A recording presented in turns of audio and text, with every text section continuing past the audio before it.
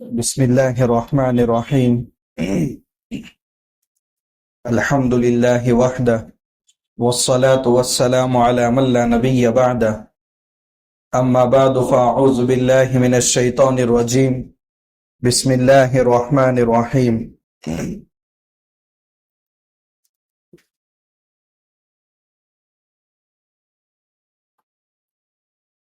ثم لتسألن يومئذ عن النعيم. وقال النبي صلى الله عليه وسلم: إذا أفصح أولادكم فعلموهم لا إله إلا الله. وفي رواية أخرى: كل غلام رهينة بعقيقته يذبح عنه يوم السابع ويحلق رأسه ويسمى، او کما قال رسول اللہ صلی اللہ علیہ وسلم۔ گزشتہ 2 جمعہ سے ایک ہی عنوان پر قرآن و سنت سے مستنبط اصول کی روشنی میں ہمارا معاشرہ، اسلامی معاشرہ کیسے بنے، اس عنوان پر بات ہو رہی ہے۔ کئی اصول آپ کے سامنے آئے ہیں۔ بتایا تھا کہ جب انسان اپنی دکان کا افتتاح کرتا ہے یا کسی مکان کا جب مکین بننے کی باری آتی ہے تو بطور تبرک کے قرآن شریف پڑھایا جاتا ہے اور کسی دیندار شخص سے دعا کرائی جاتی ہے تاکہ وہ مکان اور وہ دکان اس کے لیے باعث سکون اور برکت بنے۔ ٹھیک اسی طریقے سے جب نکاح ہو جاتا ہے اور ایک نئے جنریشن کی بنیاد پڑتی ہے، اس وقت ابھی ایسی باتوں کا خیال رکھنا ضروری ہوتا ہے جس سے ہماری اولاد ہمارے لیے آنکھوں کی ٹھنڈک بنے۔ کئی اصول آپ کے سامنے آئے تھے۔ جب بچہ پیدا ہونے کے بعد 7 دن کا ہو جائے، اس کی پیدائش کا 7واں دن ہو، تو اب حکم یہ ہے کہ اس کی طرف سے اللہ کے نام پر ایک جانور کا صدقہ کیا جائے اگر لڑکی ہو، اور اگر لڑکا ہے تو 2 جانوروں کا صدقہ کرنا ہے۔ ابو داؤد شریف کی روایت ہے: عن الغلام شاتان وعن الجاریت شاتن۔ لڑکے کی طرف سے 2 بکریاں یا 2 بکرے یا بڑے جانور میں 2 حصے، اور لڑکی کی طرف سے 1 بکری یا 1 بکرا یا بڑے جانور میں اس کی طرف سے 1 حصہ۔ یہ اللہ تبارک و تعالیٰ کا بندہ شکر ادا کر رہا ہے کہ مجھے اولاد جیسی نعمت اللہ تعالیٰ نے عطا فرمائی، میں اس کے نام پر جانور کا صدقہ کر رہا ہوں۔ عقیقے کا فائدہ یہ ہوتا ہے، غالباً ترمذی شریف کی روایت ہے، اللہ کے نبی صلی اللہ علیہ وسلم فرماتے ہیں: کل غلام رہینۃ بعقیقتہ۔ ہر بچہ عقیقے کے ساتھ مرہون ہوتا ہے، بیماریاں، مصیبتیں اور آفتوں میں جکڑا ہوا ہوتا ہے۔ جب اس بچے کی طرف سے عقیقہ کر لیا جاتا ہے تو اب وہ بچہ تمام مصیبتوں سے، تمام بلاؤں سے محفوظ ہو جاتا ہے۔ اس لیے اس حکم میں جتنا جلدی ہو سکے اتنا جلدی کرنا چاہیے۔ بسا اوقات دیکھا جاتا ہے کہ 70 سال کی عمر میں عقیقہ ہو رہا ہے۔ مستحب کام تو ہو گیا، مگر اس کا جو مقصد تھا اب تو بیماریوں نے آ کے گھیر رکھا ہے، اور اللہ کے نام پر جو شکرانہ ہے وہ بھی ادا نہیں ہوا۔ اس لیے جتنا ممکن ہو اس پر جلدی عمل کیا جائے۔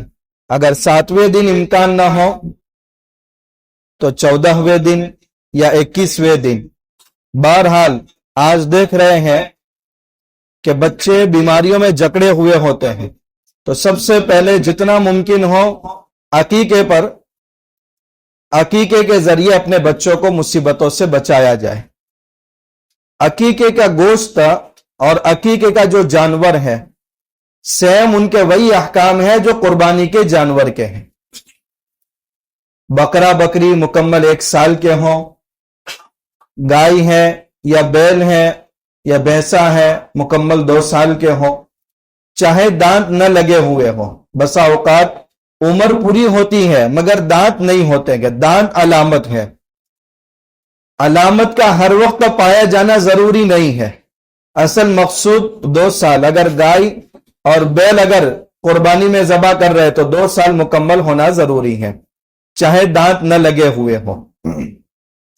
عقیقے کا جو گوشت ہے قربانی کے گوشت کی طرح ان کا بھی 3 حصے کر لیا جائے، یہ مستحب ہے. باقی اگر کسی نے پورا گوشت استعمال کر لیا تو کوئی حرج نہیں ہے، گنہگار نہیں ہوگا. لیکن گھر میں بچہ پیدا ہوا، اس کا ایک سادہ طریقہ تو یہ ہے کہ محلے میں اعلان کیا جائے کہ فلاں کو اللہ نے بچے کی نعمت سے نوازا ہے، مگر یہ طریقہ ٹھیک نہیں لگ رہا. اس لیے بہتر ہے کہ عقیقے کے گوشت کو 3 حصوں میں تقسیم کر دیا جائے، ایک غربا کے لیے، ایک رشتہ دار کے لیے اور ایک خود کے لیے. عقیقے کا گوشت مالدار بھی کھا سکتے ہیں، غریب بھی کھا سکتے ہیں، کوئی حرج نہیں، خود بھی کھا سکتا ہے. یہ گوشت جب گھروں کے اندر جائے گا تو لوگ سمجھ جائیں گے، ایک اعلان بھی ہو جائے گا کہ اللہ نے فلاں کو بیٹے یا بیٹے کی نعمت سے نوازا ہے. مگر ہمارا معاشرہ آج اس میں بہت زیادہ آگے چل پڑا ہے. دعوت کرنا جائز ہے، کوئی حرج نہیں ہے، مگر جس طرح کے منکرات در آئے ہیں اس کو دیکھتے ہوئے گوشت کی تقسیم کا سادہ طریقہ ہمیں اپنانے کی ضرورت ہے. بس کچا گوشت 3 حصے کر کے ان کو گھروں میں تقسیم کر لیا جائے. ورنہ آج دیکھا جاتا ہے کہ ایک مستحب عمل کو زندہ کرنے کے لیے فرائض کے جنازے نکالے جا رہے ہیں. جو لوگ عقیقے کی دعوت کا اہتمام کرتے ہیں ان کی کئی نمازیں فوت ہو جاتی ہیں، جماعت جو واجب ہے وہ حصہ بھی فوت ہو جاتا ہے. تو کیا فائدہ ہوا کہ فرض کا جنازہ نکالا اور سنت اور مستحب پر عمل کیا. اس لیے ہمیں پوری سادگی پر آنے میں ہمارا فائدہ ہے. اس میں فرائض کا بھی احیاء ہے، سنتوں کا بھی احیاء ہے اور واجبات کو اپنے تحفظات دینے کا ذریعہ ہے. اس لیے کم سے کم یہ کریں کہ گوشت کو کچا گوشت تقسیم کر لیا جائے، دعوتوں کا مزید اہتمام نہ ہو. ورنہ ایسے منکرات کا سامنا کرنا پڑتا ہے کہ بجائے اس کے کہ اللہ کا شکر ہے، کئی احکام توڑ کر کے اللہ تعالیٰ کو ناراض کرنے کا ذریعہ یہ دعوت بن جاتی ہے. اس کے بعد دوسرا مرحلہ آتا ہے کہ جب عقیقے کا جانور بچے یا بچے کی طرف سے ذبح ہو جائے تو اس وقت سر کے بالوں کی صفائی کر لی جائے. جب سر کے بالوں کی صفائی ہو جاتی ہے تو بچے یا بچی کے سر کے سارے مسامات جو چھوٹے چھوٹے سوراخ ہوتے ہیں نظر نہیں آتے. جیسے پانی کا گلاس ہوتا ہے، ٹھنڈا پانی آپ بھریں گے تو اس کی جو برودت ہوتی ہے، ٹھنڈک ہوتی ہے، وہ گلاس کے باہر آپ کو نظر آتی ہے. یہ چھوٹے چھوٹے سوراخ ہوتے ہیں جو ہم دیکھ نہیں پاتے، مگر انہی مسامات سے وہ پانی نکلتا ہے اور باہر نظر آتا ہے. ٹھیک اسی طریقے سے اللہ نے بدن کے اندر بھی مسامات رکھے ہیں. پسینہ جب نکلتا ہے تو انہی سوراخوں سے نکلتا ہے. تو بچے یا بچی کے بال کے سر کے بال کی جب صفائی ہو جاتی ہے تو اب اس کا دماغ ایکٹیو ہو جاتا ہے اور کام کرنے لگتا ہے. تو بالوں کی صفائی کر لی جائے.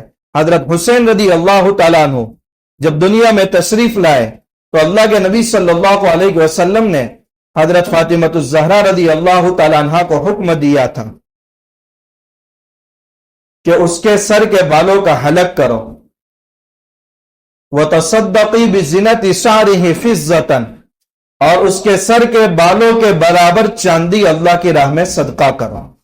یہ عام طور پر عمل ہم سے چھوٹ جاتا ہے، اس کا اہتمام کرنا چاہیے.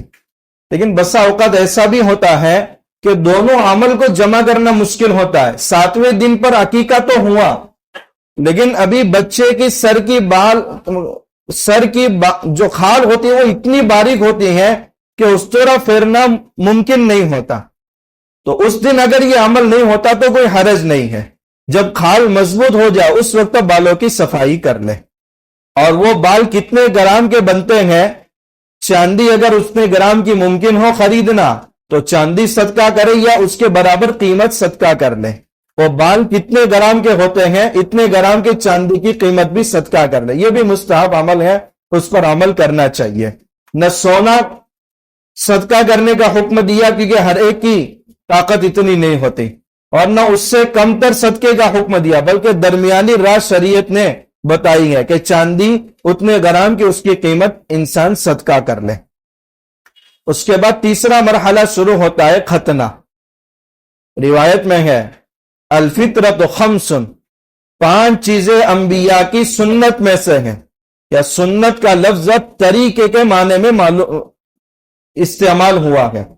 داڑھی رکھنا انبیاء کی سنت ہے، اس کا یہ مطلب نہیں ہے کہ اس سنت کو چھوڑ دے تو آدمی گنہگار نہیں ہوگا۔ یا سنت کا ایک مطلب ہے الطریقۃ المسلوکۃ فی الدین، یعنی ایسا طریقہ جس پر چلا جائے، اس کا حکم الگ ہوتا ہے، اس کا حکم ہے واجب۔ ختنہ یہ بھی شعائر اسلام میں سے ہے، انبیاء کی سنت ہے، یعنی انبیاء کا طریقہ ہے، مگر اس کا حکم ہے کہ یہ واجب ہے۔ تو 5 چیزیں انبیاء کی سنت اور ان کے طریقوں میں سے ہیں: الاختنان والاستحداد وقص الشارب وتقلیم الاظفار ونتف الابط۔ یہ 5 چیزیں، ان میں پہلی چیز ہے ختنہ کرنا۔ بچہ اگر تندرست ہو جائے تو جتنا جلدی ہو ممکن ہو اس کا ختنہ کر لیا جائے۔ ایک تو انبیاء کی سنت پر بھی عمل ہو جائے گا، واجب حکم کی ادائیگی بھی ہو جائے گی، اور علماء نے لکھا ہے کہ ختنہ کرنے کے بعد بچہ کینسر جیسے موذی امراض سے بھی محفوظ ہو جاتا ہے، اور جتنا جلدی کریں گے بچے کے زخم کو ٹھیک ہونے میں اتنا ہی جلدی مل جاتا ہے، ورنہ بعد میں تکلیف بھی زیادہ ہوتی ہے اور اس کی حفاظت بھی مشکل ہو جاتی ہے۔ دوسری چیز اس روایت میں فرمائی لوہے کا استعمال کرنا، یعنی ناف کے نیچے کے بالوں کی صفائی، یہ بھی انبیاء کے طریقوں میں سے ہے۔ حتیٰ کہ 40 دن سے زیادہ ہو جائے تو پھر نماز بھی مکروہ تحریمی ہوتی ہے۔ اس لیے کوشش تو یہ کرنی چاہیے کہ ہر ہفتے تمام بالوں کی جو زائد بال ہیں جن کو دور کرنے کا شریعت نے حکم دیا ہے ان کی صفائی کر لی جائے۔ النظافۃ من الایمان، صفائی ایمان کا حصہ ہے۔ تیسری چیز بتائی وقص الشارب، مونچھیں تراشنا۔ اب علماء کی اس میں بہت لمبی بحث ہے کہ مونچھوں کا حلق کر دیا جائے کہ پوری کی پوری صاف کر لی جائے یا ان کو باریک کر لی جائے۔ قصن کا معنی ہے باریک کرنا، تو باریک کرنا بھی درست ہے اور پوری صاف کر دینا یہ بھی درست ہے۔ وقص الشارب۔ چوتھے نمبر کا حکم جو انبیاء کی سنت میں سے کہا گیا وہ ہے تقلیم الاظفار، یعنی ناخنوں کی صفائی کر لینا۔ جمعہ کے دن ناخن صاف کرنا اس کی کوئی معتد بھی روایت نہیں مل رہی ہے، اس لیے کسی بھی دن میں اگر انسان صاف کر لیتا ہے، علامہ شامی رحمت اللہ علیہ نے مفصل بحث شامی میں بیان فرمائی ہے، لیکن کوئی معتبر روایت ایسی نہیں ہے۔ اس لیے یہ سمجھ کر کہ جمعہ کے دن ہی ناخن صاف کرنا سنت ہے، اس انداز سے اس پر عمل نہ ہو۔ اگر ناخن بڑھ گئے ہیں کسی بھی دن صاف کر سکتے ہیں۔ بہت ساری ایسی باتیں مشہور ہے کہ رات کے وقتوں میں ناخن کی صفائی نہیں کر سکتے، نہیں دن ہو کہ رات ہو کسی بھی وقت آپ ناخن کی صفائی کر سکتے ہیں۔ یہ بھی بات مشہور ہے کہ رات کے وقت میں گھر میں جھاڑو نہیں دینا، دے سکتے ہیں، کوئی حرج نہیں۔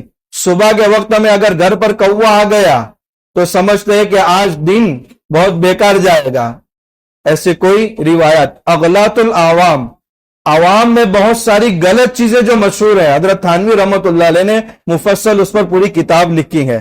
خیر، ایک 5ویں چیز جو اس روایت کے اندر بتائی گئی ہے وہ نتف الابط، بغل کے بالوں کو صاف کرنا۔ تو ناف کے نیچے کے بالوں کو صاف کرنا، ناخن کو صاف کرنا، مونچھوں کو تراشنا اور بغل کے بالوں کو صاف کرنا اور ختنہ کرنا، یہ 5 چیزیں ایسی ہیں جو انبیاء کے طریقوں میں سے ہیں اور ان کا حکم آپ کے سامنے آ گیا۔ اس کے بعد مرحلہ شروع ہوتا ہے بالکل ابتدا سے، مگر یہ مرحلہ زیادہ لمبی دیر تک رہتا ہے، وہ ہے بچوں کو دودھ پلانا۔ سورہ بقرہ میں والوالدات یرضعن اولادہن حولین کاملین لمن اراد ان یتم الرضاعہ، والدہ کو حکم دیا گیا کہ اپنے بچوں کو کامل 2 سال دودھ پلائیں اگر ماں باپ مدت رضاعت پوری کرنے پر رضامند ہو۔ اس سے پہلے بھی اگر دودھ چھڑا لیا تو حرج نہیں ہے، لیکن 2 سال کے بعد اب دودھ نہ پلایا جائے۔ اسی لیے اگر شوہر نے اپنی بیوی کا دودھ پی لیا تو اس سے حرمت رضاعت ثابت نہیں ہوگی، مطلب یہ رشتہ حرام نہیں ہوگا، چاہے یہ کام ناجائز ہے مگر حرمت رضاعت ثابت نہیں ہوگی۔ حرمت رضاعت یعنی بیٹا یا بیٹی اور ماں اور ابا کا جو رشتہ ثابت ہوتا ہے وہ مدت رضاعت یعنی 2 سال کے اندر اندر دودھ پینے پر ہی ثابت ہوتا ہے۔ بسا اوقات ایسے بھی واقعات پیش آتے ہیں کہ ماں کے سینے کا دودھ نہیں اتر رہا تو کسی اور عورت دایا کا دودھ پلایا گیا، تو یہ بچے نے مدت رضاعت میں جس عورت کا دودھ پیا ہے وہ اس کی رضائی ماں بن گئی، اس کی دوسری اولاد اس کے بھائی بہن بن گئے، اس کا شوہر اس کا رضائی باپ بن گیا۔ جس طرح نسبی رشتے وجود میں آ گئی ولادت سے، دودھ پینے سے مدت رضاعت میں یعنی 2 سال کی مدت میں دودھ پینے سے وہی رضاعت کے سارے رشتے وجود میں آ جائیں گے۔ اور دودھ پلانے والی عورت چاہے وہ اس کی بچے کی ماں ہو یا کوئی اور دایا ہو، بسا اوقات ماں کا ولادت کی تکلیف کو تاب نہ لاتے ہوئے ماں دنیا سے رخصت ہو جاتی ہے۔ اب بچے کی جو غذا ہے وہ اس کا ماں کا دودھ ہی ہے، تو اب بچے کو دوسری عورت کے ذریعے دودھ پلانے کی ضرورت پڑتی ہے، تو دودھ پلانے کا جو پورا خرچہ ہے وہ شوہر کے ذمے ہے۔ بسا اوقات آج جو کوتاہی ہوتی ہے کہ بچے کو ماں کا دودھ چھوڑا کر باہر کا دودھ پلایا جاتا ہے، اس لیے شاعر نے بہت مزاحیہ انداز میں شکوہ کیا ہے اس کا۔ طفل سے کیا بو آئے ماں باپ کے اتوار کی، اتوار کا مطلب اخلاق ہے، یعنی بچے سے ماں باپ کے اخلاق کی امید کیسے کی جا سکتی ہے۔ طفل سے کیا بو آئے ماں باپ کے اتوار کی، دودھ ہے ڈبے کا اور تعلیم ہے سرکار کی، یعنی بچہ جو دودھ پی رہا ہے وہ ڈبے کا پی رہا ہے، ماں کے سینے کا دودھ بچے کے جسم میں جائے گا تو ممتا بڑھے گی، اور تعلیم دینی ہوگی تو بچے کے اندر اخلاق بھی آئیں گے۔ تو دودھ ہے ڈبے کا اور تعلیم ہے فقط سرکار کی، مکتب کی تعلیم نہیں ہے جس کی وجہ سے بچے با اخلاق نہیں بنتے۔ تو شاعر کا شکوہ بھی ہمارے زمانے کے لحاظ سے ہے۔ اس لیے یہ جو غذا ہے اللہ تعالی ہم سب کے عقیدے کو مضبوط کرنے کی ضرورت ہے۔ آج جو فیملی پلاننگ کا جو سسٹم چل رہا ہے، ہمارے مسلمانوں کے گھرانے بھی بہت متاثر ہو رہے اور ان کا عقیدہ بھی بہت کمزور ہوتا جا رہا ہے۔ مشہور نعرے لگتے ہیں، بھئی زیادہ بچے ہوں گے تو کھائیں گے کہاں سے؟ اللہ تعالیٰ خود ہماری کمزور آنکھوں کو مشاہدہ کرا رہے ہیں کہ ہم بچے کے دنیا میں آتے ہی ایسی غذا اس کے لیے مہیا کرتے ہیں جس میں تمہیں 1 روپیہ خرچ کرنے کی ضرورت نہیں ہے۔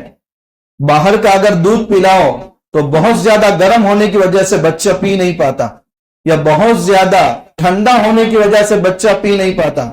ماں کے سینے سے جو دودھ اترتا ہے وہ نہ بہت زیادہ ٹھنڈا ہے نہ بہت زیادہ گرم ہے، اور وہی اس کی غذا ہے۔ اس لیے ماں کا جو دودھ بچے کو ملتا ہے بچہ تندرست رہتا ہے، اور باہر کے دودھ سے بچوں کو طرح طرح کی شکایتیں شروع ہو جاتی ہیں۔ اس لیے اللہ تعالیٰ فرماتے ہیں اس دودھ کے لیے تمہیں کوئی خرچ کرنے کی ضرورت نہیں، یہ بچہ اپنا رزق دنیا میں لے کر کے آیا ہے، تم اپنی کمزور آنکھوں سے مشاہدہ کر رہے ہیں۔ اس لیے اولاد جتنی بڑھے گی اللہ تعالیٰ روزی کے دروازے بھی کھولتے ہیں۔ لیکن جانور بھی اپنے بچوں کو دودھ پلاتے ہیں اور انسان بھی اپنے بچوں کو دودھ پلاتے ہیں، تو دونوں میں کیا فرق ہے؟ ہمیں اسلامی اصول بتائے گئے۔ ماں جب اپنے بچے کو دودھ پلائے اپنی نیت کو درست کر لے۔ اگر کوئی انسان خواب کے اندر دودھ کو دیکھتا ہے، بہت زیادہ دودھ اس کے سامنے پھیلا ہوا ہے، تو اس کی تعبیر یہی بیان کی جاتی ہے کہ تمہارے سینے کو علم سے بھر دیا جائے گا، یعنی دودھ کے خواب کی جو تعبیر ہے وہ علم کے ذریعے ہے۔ تو ماں یہ نیت کر لے کہ میرا ایک ایک قطرہ جو میرے بچے کے جسم میں جا رہا ہے اللہ علم کے سمندر میں اس کو تبدیل کر لے۔ تو نیت کے اثرات بھی پڑتے ہیں۔ کوشش یہ کرنی چاہیے کہ ماں اس وقت باوضو ہو۔ سلطان ٹیپو شہید رحمت اللہ علیہ کے بارے میں تاریخ کی کتابوں میں لکھا ہے کہ ان کی وفات کے بعد ان کی تلوار کو 7 لوگ مل کر کے اٹھاتے تھے، جبکہ وہ میدان جنگ میں ایک ہی ہاتھ سے خود اٹھاتے تھے۔ اس کی وجہ یہ بیان کی گئی ہے کہ ان کی والدہ جب ان کو دودھ پلاتی تھی بالکل باوضو ہو کر کے دودھ پلاتی تھی، اور اسی طاقت کا اثر تھا کہ وہ میدان جنگ میں وہ تلوار ایک ہاتھ سے اٹھا کر کے جنگ کرتے تھے جن کو ان کی وفات کے بعد 7 آدمی مل کر کے اٹھاتے تھے۔ اس کے اچھے اثرات پڑتے ہیں۔ تو ماں کا دل اللہ کی طرف متوجہ ہو، وضو کے ذریعے بدن پاک ہو، زبان قرآن کی تلاوت، اور اگر ماہواری کے ایام میں عورت چل رہی ہے تو کم سے کم تسبیحات کا اہتمام کرے۔ اب ماں بھی پاک ہے، دل بھی اللہ کی طرف متوجہ ہے، زبان پر ذکر ہے، اب ایک ایک قطرہ دودھ کا بچے کے جسم میں اترے گا، ایک پاک خون کی شکل میں وہ بنے گا، تو بچہ ماں باپ کے لیے آنکھوں کی ٹھنڈک کا ذریعہ بنے گا۔ آج ہم صرف دعاؤں کا اہتمام کرتے ہیں، دعا کرا لیتے ہیں کہ بچے نافرمان ہیں، مگر یہ اسباب نہیں اپناتے جو قرآن و سنت نے ہمارے سامنے بیان کیے گئے ہیں، تو جس کی وجہ سے وہ اثرات ہم اپنی زندگیوں کے اندر دیکھ نہیں پاتے۔ خیر، اتنی پاکیزگی کے ساتھ جو دودھ بچے کے سینے میں اترے گا، کتنے پاکیزہ اخلاق اس کی زندگی کے اندر پیدا ہوں گے۔ حضرت شیخ رحمت اللہ علیہ فرماتے ہیں کہ میں نے اپنے گھر کی بوڑھی عورتوں سے بارہا سنا، میرے والد کا جب دودھ چھڑایا گیا 1.25 پارے کے حافظ قرآن بن چکے تھے، تو والدہ یہ دودھ پلانے کے زمانے میں قرآن کی تلاوت کا کتنا اہتمام کر رہی ہوگی کہ بچہ 2 سال کا ہوا ہے تو 1.25 پارے کا حافظ ہے، اور 7 سال کی عمر میں پورے قرآن کریم کو حفظ کر لیا تھا۔ یہ بچے کے پاکیزہ دودھ اس کے جسم میں اترنے کی برکت ہے۔ بسا اوقات آج عورتیں یا تو موبائل دیکھ رہی ہیں یا ٹی وی سامنے چالو ہے، جس کی وجہ سے ایسے اثرات بچوں کے اندر منتقل ہوتے ہیں۔ ان باتوں کا ہم اپنے گھروں کے اندر مذاکرے کریں۔ اپنے عورتوں کے اندر دینداری کا جذبہ زیادہ ہوتا ہے، مگر رہبری کی کمی ہوتی ہے، جس کی وجہ سے اولاد کی طرف سے جو بڑے ہو کر کے جن حرکتوں کا ماں باپ کو سامنا کرنا پڑتا ہے، آج مغربی تہذیب سے پوری دنیا متاثر ہو رہی اور وہ خود اپنی تہذیب پر لعنت بھیج رہے۔ آج یورپی ممالک کے اندر آپ دیکھیں گے کہ بچے کی پرورش کوئی اور کر رہا ہے، صبح ہوتے ہی باپ کمپنی کی طرف رخ کر رہا ہے جاب کے لیے، اور ماں بھی اپنے جاب پر جا رہی۔ ابھی بچہ چھوٹا ہے، کسی دایا کے حوالے کر دیا گیا اور کسی اور کا دودھ پی کر کے وہ بچہ بڑا ہو رہا ہے۔ یا ماں کے سینے سے بچوں کے اندر ممتا اور محبت ہی منتقل نہیں ہوئی، اب یہی بچے بڑے ہو کر کے ماں باپ کو کسی اور کے حوالے کر دیتے، اولڈ ایج ہوم کے حوالے کر دیتے ہیں۔ کما تدین تدان، بہت ساری چیزیں زندگیوں کے اندر دیکھنی پڑتی ہیں۔ وہ بچے بڑے ہو کر کے ماں باپ کو کہتے ہیں بچپن میں تمہاری ضرورت تھی ہمیں تو تم نے کسی اور کے حوالے کر دیا، آج بڑھاپے میں ہماری تمہیں ضرورت ہے تو ہم بھی تمہیں کسی اور کے حوالے کر دیتے ہیں۔ بلکہ ایسے بھی واقعات سننے میں آ رہے ہیں کہ بیٹا امریکہ میں ہے، باپ کا انتقال ہوا ہے تو بیٹا کہہ رہا ہے بہت بیزی ہوں، یہاں سے میں پیسے بھیج رہا ہوں تدفین کے، تم ان کی تدفین کا انتظام کر لو۔ مسلمانوں میں ایسے واقعات پیش آ رہے ہیں۔ تو بچوں کو بچپن میں والدین کے ٹائم کی ضرورت ہوتی ہے، والدین جتنا ان کو ٹائم دیں گے بڑھاپے میں بھی بچے والدین کو اتنا ہی ٹائم دیں گے، اس لیے اس پر غور کرنے کی ضرورت ہے۔ اس کے بعد جب بچوں کو رات میں سلائیں، ہم بچوں کی جسمانی تکلیف سے بچانے کے لیے بہت ساری چیزوں کا خیال رکھتے ہیں۔ سردی کا زمانہ ہے تو 2-3 کپڑے زیادہ پہناتے ہیں، دواؤں کا بھی استعمال کرتے ہیں، لیکن خارجی اثرات سے ہمارے بچے محفوظ رہے اس کا بھی ہمیں اہتمام کرنا چاہیے۔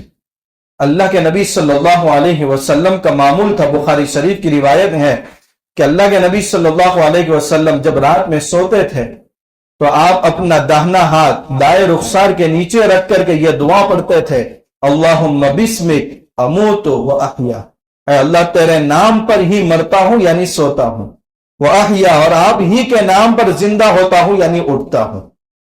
ہم اپنے بچوں کو بچپن میں بچے دعا خود نہیں پڑھ سکتے، لیکن ماں دعا پڑھا کر کے بچوں کو سلائے۔ اللہ کے نبی صلی اللہ علیہ وسلم کا دوسرا معمول تھا، آپ 4 قل پڑھ کر کے اپنے بدن پر جہاں تک آپ کے ہاتھ پہنچتے تھے دم کرتے تھے اور اس کے بعد سوتے تھے، حتیٰ کہ جب مرض الوفات کا وقت آیا تو آپ کا بدن اتنا کمزور ہو گیا کہ آپ کے ہاتھ نہیں اٹھتے تھے، تو حضرت عائشہ رضی اللہ تعالیٰ عنہ کو حکم دیا تھا کہ 4 قل پڑھ کر کے میرے پورے بدن پر دم کرا اور اس کے بعد میں سوؤں گا۔ حضرت عائشہ رضی اللہ تعالیٰ عنہ 4 قل پڑھتی تھی، اس کے بعد آپ صلی اللہ علیہ وسلم کے ہاتھوں پر دم کرتی تھی اور آپ کے ہاتھوں کو اٹھا کر آپ کے پورے بدن پر پھیرتی تھی۔ یا سوال یہ ہوتا ہے کہ حضرت عائشہ رضی اللہ تعالیٰ عنہ حضور کے کمزور ہاتھوں کو تکلیف کیوں دے رہی ہے؟ یا تکلیف دینا مقصود نہیں تھا، جو برکت حضور کے ہاتھوں میں ہے اس کی بنسبت حضرت عائشہ رضی اللہ تعالیٰ عنہ کے ہاتھوں میں وہ برکت کہا تو اللہ کے نبی صلی اللہ علیہ وسلم کے ہاتھوں کے ذریعے ہی دم کیا کرتی تھی۔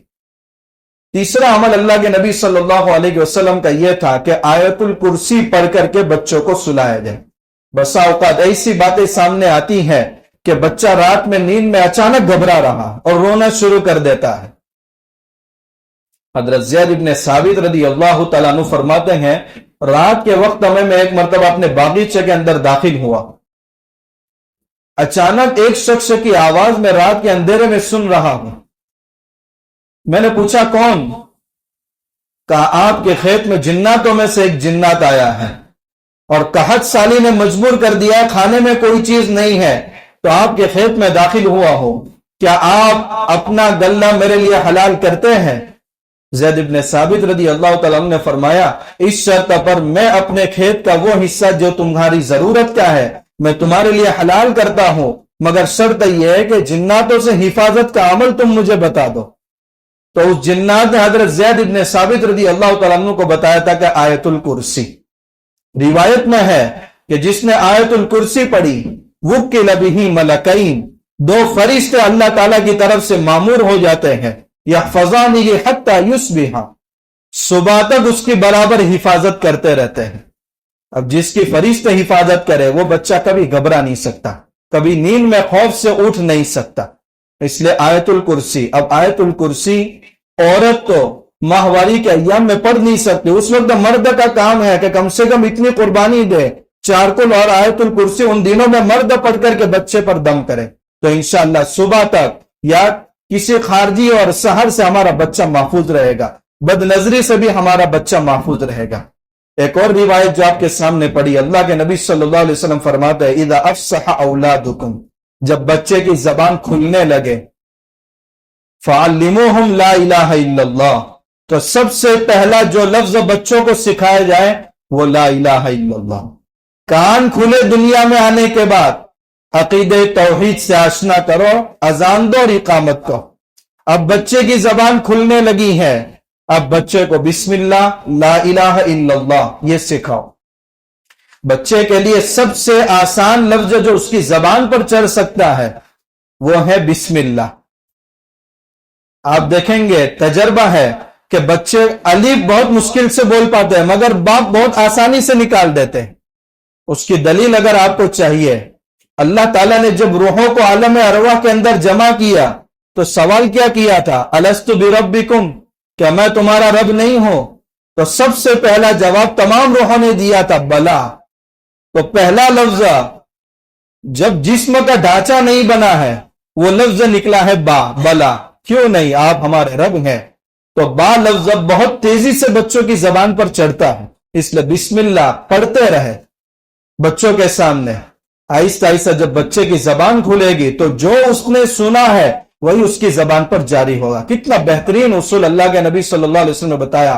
بچے کے کان کھلے عقیدہ توحید سے آشنا ہو، بچے کی زبان کھلے تو سب سے پہلے بچہ اللہ کی وحدانیت کا اقرار کرنے والا ہو۔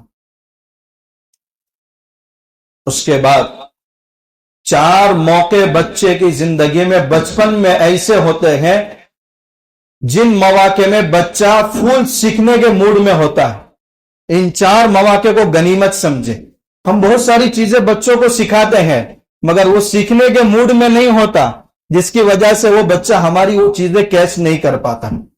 سب سے پہلا وقت ہے بچے کے کھانے کا وقت۔ جب بچہ کھانا کھا رہا ہو پھول سیکھنے کے موڈ میں ہوتا ہے۔ اب جو چیزیں بچے کی زبان پر جاری کرانا چاہے، جو چیزیں اس کے دماغ میں بٹھانا چاہے، کھانے کے وقت میں بٹھاؤ۔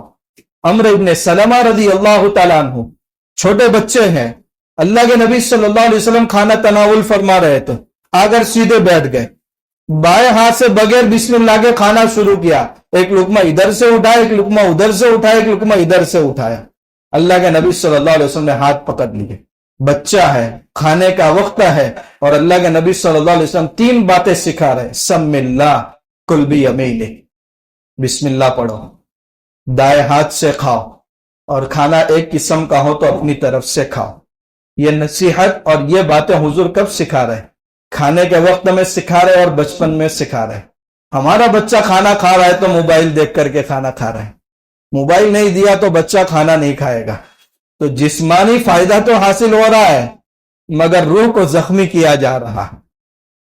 اور ہمارا انسان کا جسم ایسا ہے کہ جن چیزوں کا آپ عادی بنائیں گے انہی چیزوں کا بچہ عادی بنے گا.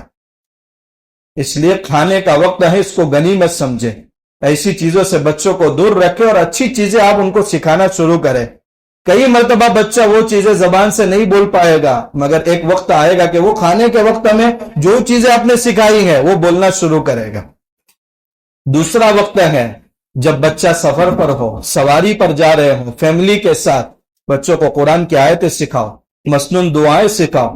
حضرت عبداللہ ابن عباس رضی اللہ تعالیٰ عنہ اللہ کے نبی صلی اللہ علیہ وسلم کے ردیف تھے.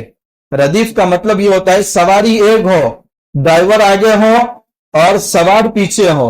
جیسے سائیکل کی سواری میں اس وقت اونٹ کی سواری ہوتی تھی. عبداللہ ابن عباس رضی اللہ تعالیٰ عنہ حضور کے پیچھے بیٹھے ہوئے ہیں. اللہ کے نبی صلی اللہ علیہ وسلم نے سفر میں ان کو 5 باتیں سکھائی.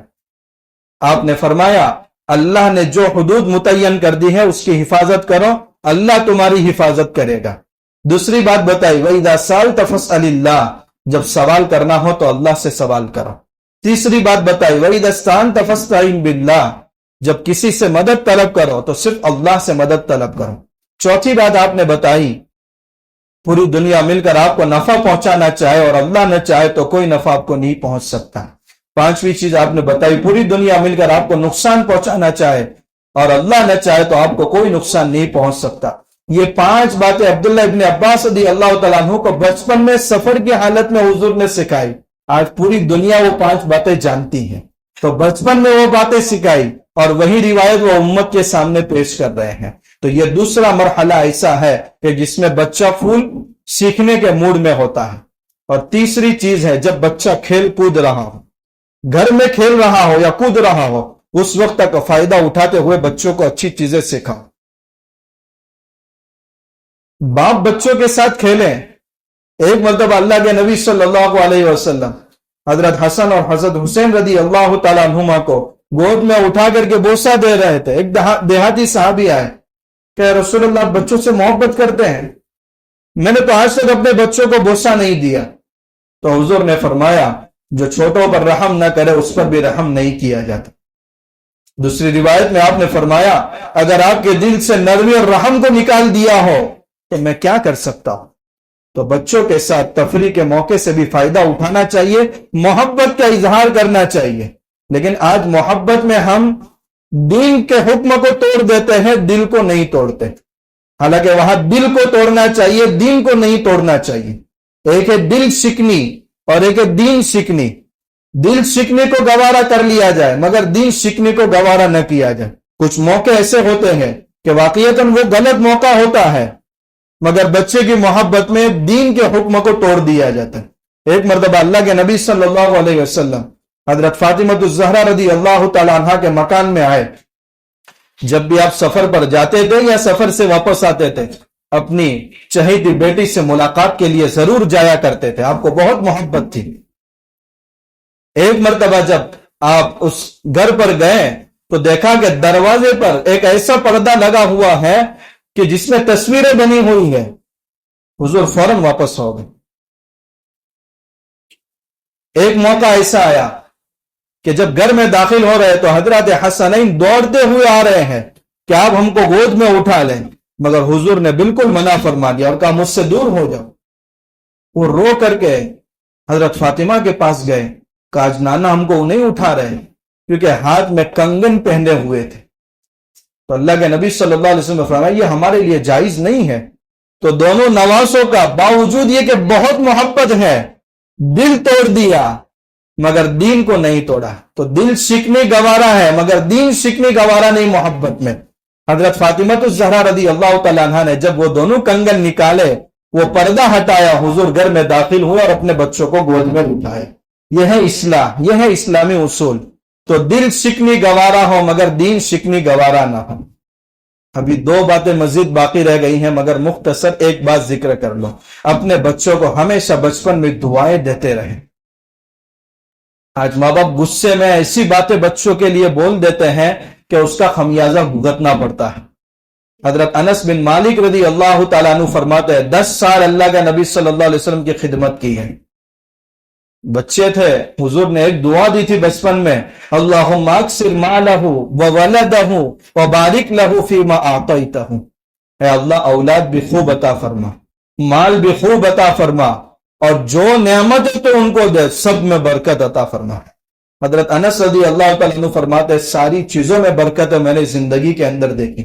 اللہ کے نبی صلی اللہ علیہ وسلم کا وصال سن ہجری 11 میں ہوا ہے. حضرت انس رضی اللہ تعالیٰ عنہ کا وصال سن ہجری 93 میں ہوا ہے. تو اللہ کے نبی صلی اللہ علیہ وسلم کے دنیا سے رحلت فرما جانے کے 82 سال کے بعد وہ دنیا سے گئے. تقریباً 100 سال سے زیادہ ان کی عمر ہوئی ہے. تو عمر میں بھی برکت ہوئی. اور وہ فرماتے ہیں کہ میں نے اپنے لڑکے، پوتے، پڑ پوتے، نواسے، پڑ نواسوں میں سے اپنے ہاتھوں سے 100 سے زیادہ لوگوں کو دفن کیا. تو اولاد میں کتنی برکت ہوگی. اور تیسری دعا مال میں کثرت کی دعا تھی. فرما دیتے ہیں کہ مدینہ میں جتنے بھی کسان تھے ہر ایک کی فصل سال میں 1 بار آتی تھی، اور میری فصل سال میں 2 بار آتی تھی. تو ماں باپ کی جو دعائیں اولاد کے حق میں ہوتی ہے فوراً قبول ہوتی ہیں. شیخ سدیس عبد الرحمن دامت برکاتہم، ان کا تو مشہور واقعہ ہے. گھر میں ماں کو بہت پریشان کرتے تھے، تو ماں نے بد دعا یہ دی تھی کہ جا اللہ تجھے حرم کا امام بنا دے. تو یہ دعا ان کے حق میں بد دعا تھی، مگر ان کے حق میں قبول ہوئی. تو غصے میں بھی دعا دیا کرے کہ اللہ تجھے حافظ بنا دے، عالم بنا دے، حرمین شریفین کی زیارت بنا دے، زیارت کا اللہ تعالیٰ موقع عطا فرمائے، یا تجھے والدین کی آنکھوں کی ٹھنڈک بنا دے. تو بچوں کو بچپن میں ماں باپ دعاؤں کے الفاظ سے نوازے، ان کے اثرات ان کی زندگیوں کے اندر وہ خود دیکھیں گے. آج کے لیے اتنی ہی باتیں ہیں، انشاءاللہ مزید اصول آپ کے سامنے آتے رہیں گے. وآخر دعوانا الحمدللہ رب العالمین.